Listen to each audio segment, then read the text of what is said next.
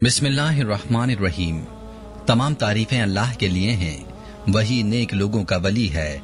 मैं गवाही देता हूँ कि अल्लाह के सिवा कोई भी माबूद बरहक नहीं, वो यकता है, उसका कोई शरीक नहीं।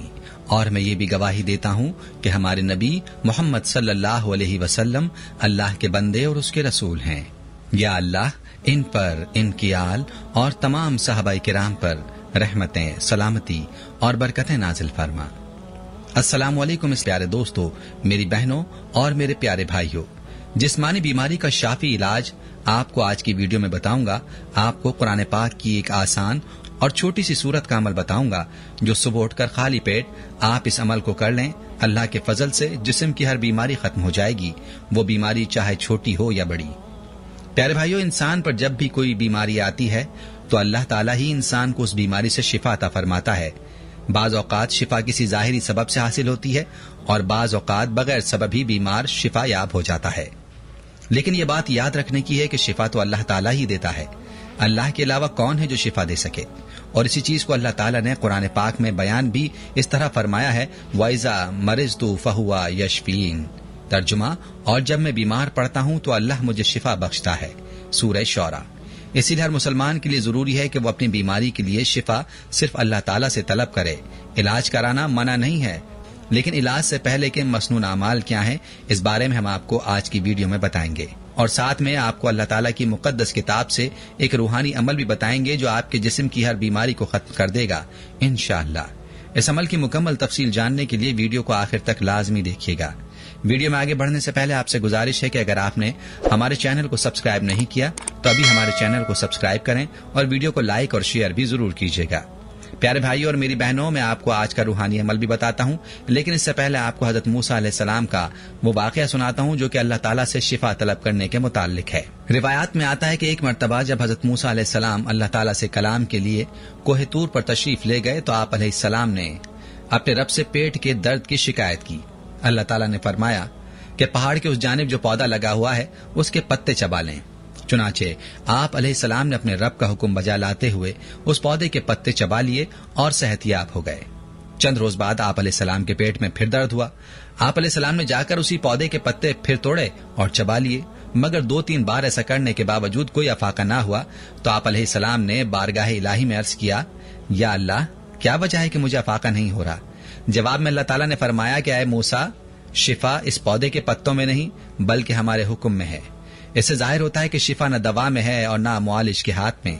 अक्सर देखा गया है कि एक ही मुआलिज के सब मरीजों को फायदा नहीं होता। किसी को किस मुआलिज से फायदा होता है और किसी को किस मुआलिज से फायदा होता है। तो ये अल्लाह ताला की मसलहत है कि किस मरीज को कहां से शिफा हासिल होगी। यानी शिफा अल्लाह ताला ही देता है, चाहे किसी डॉक्टर की दवाई से दे दे या फिर किसी हकीम की दवाई से या किसी भी वसीले से शिफा मिले।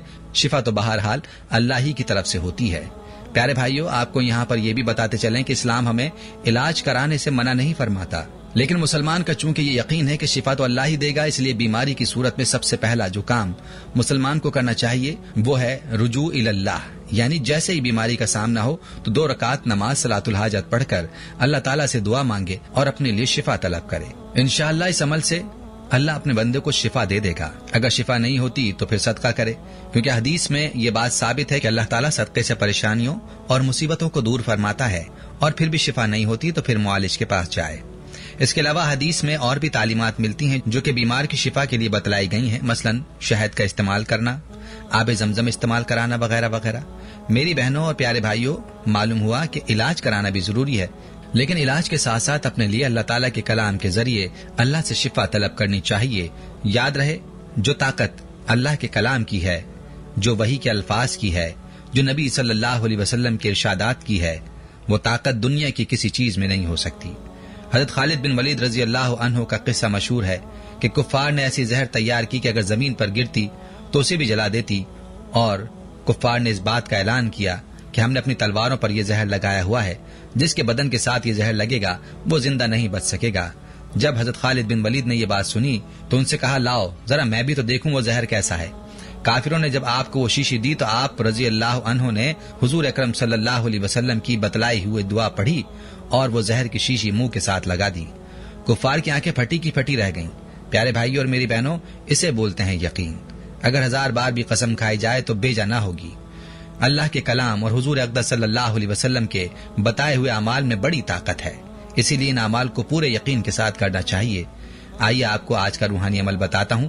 عمل کو غور سے سن لیجئے، بہت ہی مجرب عمل ہے، کئی لوگوں کا آزمودہ ہے۔ یہ عمل قرآن پاک کی جس سورت کا ہے وہ سورہ کوثر ہے۔ قرآن پاک کی سب سے چھوٹی سورت ہے جو ہر کسی کو یاد ہوتی ہے۔ اس عمل کو اگر مریض خود کر لے تو زیادہ بہتر ہے، ورنہ کوئی دوسرا شخص بھی مریض کے لیے کر سکتا ہے۔ صبح کی نماز کے وقت جب اٹھیں اس وقت اس عمل کو کرنا ہے۔ عمل کا طریقہ بہت ہی آسان ہے۔ جب آپ نماز کے لیے اٹھیں تو وضو کر لیں اور نماز سے پہلے اس عمل کو کریں۔ آپ نے 9 مرتبہ سورہ کوثر کو اس طریقے پر پڑھنا ہے کہ ہر بار آپ نے اس سورت کو بسم اللہ الرحمن الرحیم کے ساتھ پڑھنا ہے۔ اس کے بعد آپ نے 9 مرتبہ یا رحمان و یا اللہ پڑھنا ہے۔ پھر دوبارہ آپ نے 9 مرتبہ سورہ کوثر پڑھنی ہے اور اس کے بعد دوبارہ آپ نے 9 مرتبہ یا اللہ یا رحمان پڑھنا ہے، اور تیسری مرتبہ بھی آپ نے یہی عمل دہرانا ہے، پہلے 9 مرتبہ سورہ کوثر اور اس کے بعد 9 مرتبہ اللہ تعالیٰ کے نام۔ اس طریقے پر آپ نے عمل کو مکمل کرنا ہے اور یوں 27 مرتبہ سورہ کوثر کی تلاوت ہو جائے گی اور 27 مرتبہ اللہ تعالیٰ کے ناموں کا ورد ہو جائے گا۔ عمل مکمل کر لینے کے بعد آپ نے پانی پر دم کر دینا ہے، اور اگر مریض نے خود عمل کیا ہے تو وہ اپنے اوپر بھی دم کرے اور پانی کے اوپر بھی دم کرے اور اس پانی کو پیے، اور اگر کسی دوسرے شخص نے عمل کیا ہے تو پانی پر دم کر کے مریض کو پلائے۔ عمل صبح کے وقت کرنا ہے اور پورا دن مریض کو وہی پانی پینے کے لیے دینا ہے۔ پھر اگلے روز اسی ترتیب سے اس عمل کو کرنا ہے اور مریض کو یہی دم کیا ہوا پانی پلانا ہے اور اس عمل کو جاری رکھنا ہے جب تک مریض شفایاب نہ ہو جائے۔ عمل کو جاری رکھیں۔ یاد رکھیں جتنا آپ یقین کے ساتھ عمل کریں گے اتنا ہی جلدی آپ کو بیماریوں سے نجات حاصل ہوگی۔ رہی بات اللہ کے کلام کی، تو اللہ کے کلام کی طاقت میں ذرہ برابر بھی شک کی گنجائش نہیں ہے۔ پیارے بھائی اور میری بہنوں، آج تو سائنس بھی اس بات کو تسلیم کرتی ہے کہ قرآن پاک کے سننے کا مریضوں پر مثبت اثر ہوتا ہے۔ اس لیے مریضوں کو چاہیے کہ اس عمل کے ساتھ قرآن پاک کی تلاوت کو سنیں۔ قرآن پاک کی تلاوت کو سننے سے نہ صرف سکون ملے گا بلکہ بیماریاں بھی ختم ہوں گی۔ خود بھی اس عمل سے ضرور استفادہ کریں اور ویڈیو کو صدقہ جاریہ کی نیت سے شیئر بھی ضرور کریں۔ پیارے بھائیو، ہم یہ امید کرتے ہیں کہ آپ کو ہماری آج کی یہ ویڈیو ضرور پسند آئی ہوگی۔ اگر آپ کو ہماری آج کی یہ ویڈیو پسند آئی ہے تو آپ سے گزارش کرتے ہیں کہ ہمارے چینل کو ضرور سبسکرائب کر لیں اور ساتھ ہی لگے بیل کے بٹن کو بھی پریس کر لیں تاکہ آپ کے پاس ہماری آنے والی مزید معلوماتی ویڈیوز کا نوٹیفیکیشن بر وقت ملتا رہے۔ سبسکرائب کے ساتھ ساتھ ہماری ویڈیوز کو لائک بھی کریں۔ اللہ تعالیٰ آپ کو اپنے حفظ و امان میں رکھے، آمین۔